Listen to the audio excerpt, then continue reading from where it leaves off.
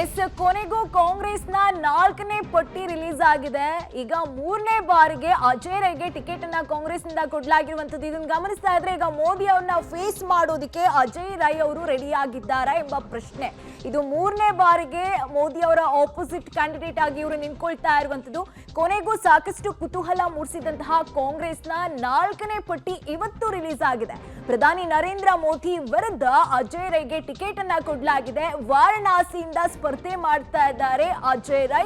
ಅದು ಪ್ರಧಾನಿ ನರೇಂದ್ರ ಮೋದಿ ಅವರ ಆಪೋಸಿಟ್ ಕ್ಯಾಂಡಿಡೇಟ್ ಆಗಿ ಕಳೆದ 2 ಬಾರಿ ಮೋದಿ ಅವರ ವಿರುದ್ಧ ನಿಂತ್ಕೊಂಡು ಸೋತಿದ್ರು. ಈಗ ಮತ್ತೆ ಒಂದ್ ರೀತಿಯಾಗಿ ಲಕ್ ಪರೀಕ್ಷೆ ಮಾಡೋದಿಕ್ಕೆ ಅಜಯ್ ರೈ ಅವರು ನರೇಂದ್ರ ಮೋದಿ ಅವರ ಆಪೋಸಿಟ್ ಕ್ಯಾಂಡಿಡೇಟ್ ಆಗಿ ನಿಂತ್ಕೊಳ್ತಾ ಇದ್ದಾರಾ ಎಂಬ ಪ್ರಶ್ನೆ ಸದ್ಯಕ್ಕೆ ಮೂಡ್ತಾ ಇರುವಂತದ್ದು. ಕೊನೆಗೂ ಕಾಂಗ್ರೆಸ್ನ 4ನೇ ಪಟ್ಟಿ ಇವತ್ತು ರಿಲೀಸ್ ಆಗಿದೆ. ಈ ಬಗ್ಗೆ ಡೀಟೇಲ್ಸ್ ಕೊಡ್ತಾ ಹೋಗ್ತಾರೆ ನಮ್ಮ ಪ್ರತಿನಿಧಿ ಶಬೀರ್. ಈಗ ಪ್ರಧಾನಿ ನರೇಂದ್ರ ಮೋದಿ ಅವರ ವಿರುದ್ಧ ಅಜಯ್ ರೈ ಅವರು ಒಂದು ರೀತಿಯಾಗಿ ಲಕ್ ಟೆಸ್ಟ್ ಮಾಡ್ಕೊಳ್ಳೋದಿಕ್ಕೆ ನಿಂತ್ಕೊಳ್ತಾ ಇರುವಂತದ್ದು. ಚುನಾವಣೆಯಲ್ಲಿ ಏನಿದೆ ಅಪ್ಡೇಟ್ ಅಂತ? ಚಂದನ, ಈಗಷ್ಟೇ ಕಾಂಗ್ರೆಸ್ನ 4ನೇ ಪಟ್ಟಿ ಬಿಡುಗಡೆ ಮಾಡಿರುವಂತದ್ದು. ಮುಖ್ಯವಾಗಿ ಈ ಪಟ್ಟಿಯಲ್ಲಿ ಪ್ರಧಾನಮಂತ್ರಿ ನರೇಂದ್ರ ಮೋದಿ ಅವರ ವಿರುದ್ಧ ಅಭ್ಯರ್ಥಿಯನ್ನ ಕಣಕ್ಕಿಳಿಸಿರುವಂತದ್ದನ್ನ ಕೂಡ ಗಮನಿಸಬಹುದು. ನಾವು ವಾರಣಾಸಿಯಿಂದ ಅಜಯ್ ರೈ ಅವರಿಗೆ ಟಿಕೆಟ್ ಅನ್ನ ಕೊಡುವಂತ ಕೆಲಸವನ್ನ ಕಾಂಗ್ರೆಸ್ ಹೈಕಮಾಂಡ್ ಮಾಡಿದೆ.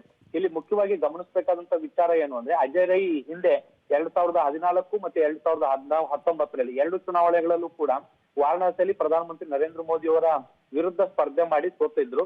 ಸುಮಾರು 1 ರಿಂದ 1.5 ಲಕ್ಷ ಮತಗಳನ್ನ ಗಳಿಸುವಲ್ಲಿ ಮಾತ್ರ ಅವರು ಸಫಲ ಆಗಿದ್ರು. ಆದ್ರೆ ಮುಖ್ಯವಾಗಿ ಇಲ್ಲಿ ಗಮನಿಸಬೇಕಾಗಿರುವಂತದ್ದು ಏನು ಅಂದ್ರೆ, ಈ ಹಿಂದೆ ಕಂಟೆಸ್ಟ್ ಮಾಡುವಂತ ಸಂದರ್ಭದಲ್ಲಿ ಅವರು ಕಾಂಗ್ರೆಸ್ನ ಅಭ್ಯರ್ಥಿಯಾಗಿ ಕಣಕ್ಕಿಳಿದಿದ್ರು. ಎಸ್ಪಿ ಮತ್ತೆ ಸೇರಿದಂತೆ ಬೇರೆ ಬೇರೆ ಪಕ್ಷಗಳು ಕೂಡ ಪ್ರತ್ಯೇಕವಾದಂತ ಸ್ಪರ್ಧೆಯನ್ನ ಕೂಡ ಮಾಡಿದ್ವು. ಆದ್ರೆ ಈ ಬಾರಿ ಇಂಡಿಯಾ ಒಕ್ಕೂಟದ ಅಭ್ಯರ್ಥಿಯಾಗಿ ಈಗ ಅಜಯ್ ರೈ ಕಣಕ್ಕಿಳಿದಿರುವಂತದ್ದು. ಹೀಗಾಗಿ ಈ ಬಾರಿ ಆದ್ರೂ ಟಫ್ ಫೈಟ್ ಕೊಡ್ತಾರಾ ಅನ್ನುವಂತ ನಿರೀಕ್ಷೆಗಳಿರುವಂತದ್ದು. ಹೀಗಾಗಿ ಸಾಕಷ್ಟು ತಯಾರಿಯನ್ನ ಮಾಡ್ಕೊಂಡು 3ನೇ ಬಾರಿಗೆ ಅಜಯ್ ರೈ ಅವರನ್ನ ಕಣಕ್ಕಿಳಿಸುವಂತ ಕೆಲಸವನ್ನ ಮಾಡ್ಲಾಗ್ತಾ ಇದೆ.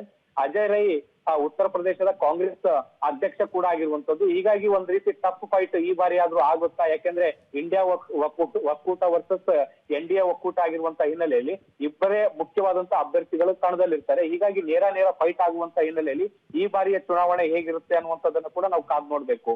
ಚಂದನ. ಓಕೆ, ಧನ್ಯವಾದ ಶಬೀರ್ ತಮ್ಮೆಲ್ಲ ಡೀಟೇಲ್ಸ್ಗಾಗಿ. ಎಸ್, 3ನೇ ಬಾರಿಗೆ ಈಗ ಅಜಯ್ ರೈ ಅವ್ರಿಗೆ ಟಿಕೆಟ್ ಅನ್ನ ಘೋಷಣೆ ಮಾಡಲಾಗಿದೆ. ಕಾಂಗ್ರೆಸ್ ಹೈಕಮಾಂಡ್ ಇವತ್ತು ಒಂದು ಸುದೀರ್ಘ ಚರ್ಚೆಯನ್ನ ನಡೆಸಿ ಸಭೆಯನ್ನ ನಡೆಸಿ ಕೊನೆಗೂ 4ನೇ ಪಟ್ಟಿಯನ್ನ ಇವತ್ತು ರಿಲೀಸ್ ಮಾಡ್ತಾ ಇದೆ. ಇದರಲ್ಲಿ ಒಂದು ಮೇನ್ ಆಗಿ ನೋಡ್ಬೇಕು ಅಂದ್ರೆ ನರೇಂದ್ರ ಮೋದಿ ಅವರ ವಿರುದ್ಧ ಈಗ ಕಾಂಗ್ರೆಸ್ ಕಡೆಯಿಂದ ಅಜಯ್ ರೈ ಅವ್ರಿಗೆ ಟಿಕೆಟ್ ಅನ್ನ ಕೊಟ್ಟಿರುವಂತದ್ದು.